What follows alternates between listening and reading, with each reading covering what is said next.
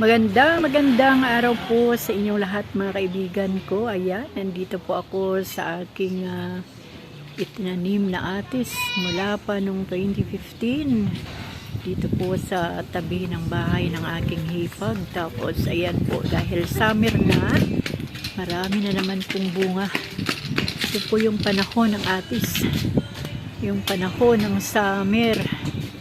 Yan, mamumunga po sila ng marami hanggat gusto nila na mamunga ay mamumunga po sila. At maganda po ang ating panahon ngayon dito po sa aming lugar sa Calamba City. Ngayon, umahangin-hangin. Yan mga kaibigan, ang puno ng atis. Ang atis. Kumusta po kayo mga kaibigan? Nawa po ay nasa mabuting kalagayan lamang po tayong lahat. Ano po? Salamat sa Panginoon dahil ngayong umaga po ay nandito tayo sa magandang lugar na may magandang panahon, tahimik. Ayan po, wala kang makitang tao. At ang kalawakan, yes, ang aking mga apo. Ayan. Po ang mga ulap. Ganyan po kaganda ang panahon ngayon. At ang araw ay ganyan po katining ang sikat ng araw. Grabe po ang araw. Huwag kang mag-alala, hindi ka nakikita. Ang ating dalagang ako sa pinsan. Yan mga kaibigan, ang panahon ngayon. Yan po yung bayabas naman. Yan po yung bayabas na laging pinupuntahan ng paniki gabi-gabi. Masarap po dito ang lilim ng ng mga puno. Kasi mahangin.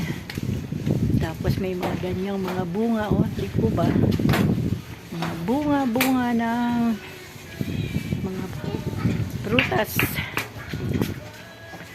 Hoy, dito lang kayo Yan ang aking mga apo. Yan. Sinusundan ang lola. Ayan, pwede nang harvestin yan isang yan. Sa isang araw mga harvest po tayo dito ng halaman ay prutas. Yan pong atis na yan ay dyan ko po yan. Tinanim noong 2015 dito po sa site na bahay ng ating hipag. Yan po ang bahay ng ating hipag. Puro din po yan halaman.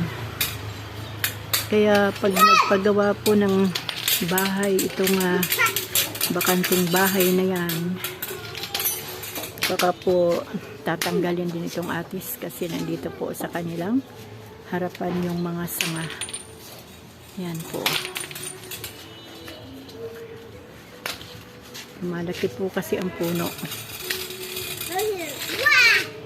Ang ganda ng kalawakan mga kaibigan. Blue. Ganda po ng kulay ng kalawakan. Tapos ayan yung araw sumisilip sa mga dahon. Ano po. Nung kahit wala ka sa probinsya meron pong ganitong tanawin dito sa aming lugar. Yan yung papaya, yung mga malunggay. Yan. Sira. Ay, sira yung tricycle ng ating kapitbahay. Yan mga kaibigan. Nakita ko po sa inyo ang mga nangyayari sa kalawakan. Yan po. Isang magandang araw po sa inyong lahat mga kaibigan ko.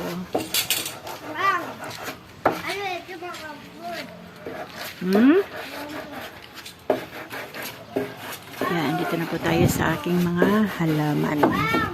Hanggang dito na lang mga kaibigan ang ating mini video. Thank you so much for watching. God bless us all po. Ano yun, be?